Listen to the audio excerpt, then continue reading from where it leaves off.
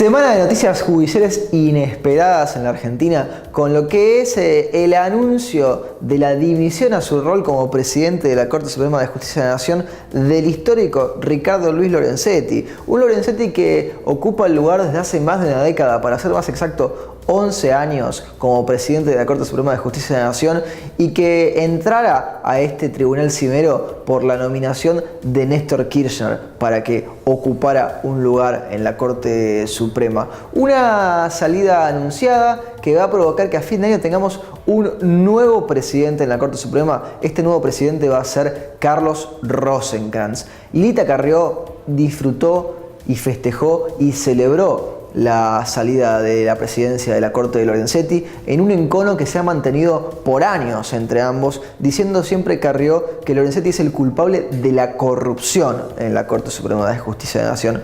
Lorenzetti, con un mandato extenso, convirtió en esta década larga el cargo de presidente de la Corte Suprema de Justicia de un rol protocolar a un rol eminentemente político. Originalmente el presidente de la Corte era el que se encargaba de los trámites o de las cosas más aburridas, de ir a los eventos, de estar en las aperturas, de firmar determinados papeles, en definitiva de cuestiones ceremoniales. Pero con Lorenzetti como presidente empezamos a ver una figura que opinaba, que manejaba el presupuesto del Poder Judicial y que en definitiva dejaba su huella en todo lo que se hacía. Se va a poder decir mucho de Lorenzetti a lo largo del tiempo, sin duda alguna que va a quedar para siempre en la historia de la Corte Suprema, con sus lados luminosos y sus lados más oscuros, con fallos históricos que se hicieron durante esta década. Lo que sí está claro es que esto tiene que ver con, por un lado, un guiño al gobierno y por otro lado las presiones propias de la política del siglo XXI y de la política argentina que estamos viviendo. Un Rosenkrantz